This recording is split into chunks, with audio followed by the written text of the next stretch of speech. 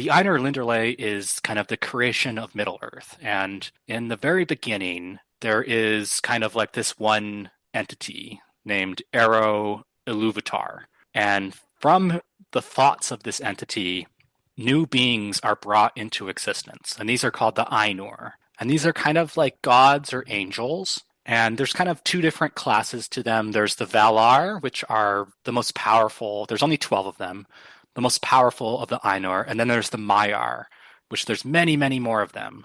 And they're kind of like less powerful, but still, very, very powerful spiritual entities. And they're existing outside of time and space in the timeless halls, is what it's called. And Iluvatar, while it's this amazing being that seemingly could create the world by itself, it chooses to kind of separate itself into these other aspects, these aspects of its thought. And these form the Ainur. And together, they all form a chorus, and they sing the world into existence. But while this is happening, there is a problem. And the mightiest of the Valar was a being by the name of Melkor. And Melkor had the greatest gifts of all of the other Ainur. And Melkor would wander the void looking for something that only Eru had. And this is called the secret fire. This is kind of like the spark of life. Only Eru had this.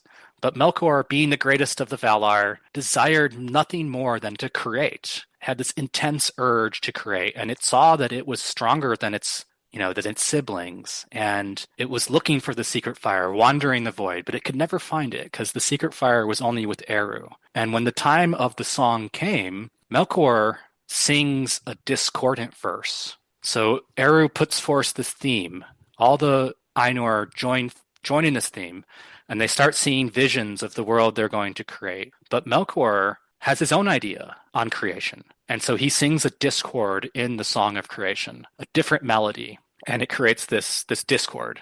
And other Maiar, these angelic beings, they're drawn to his greatness, and they start singing his tune. And so the song of creation is kind of marred by the greatest among the angelic godlike beings trying to influence it outside of the vision of Eru Iluvatar. So eventually, the song is disrupted. Some of the Maiar stop singing.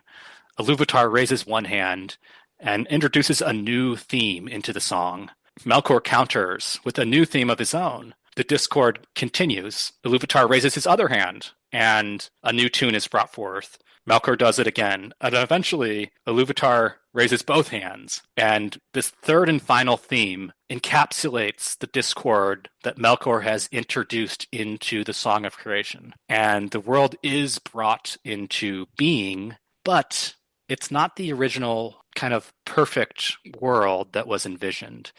It's kind of a flawed creation.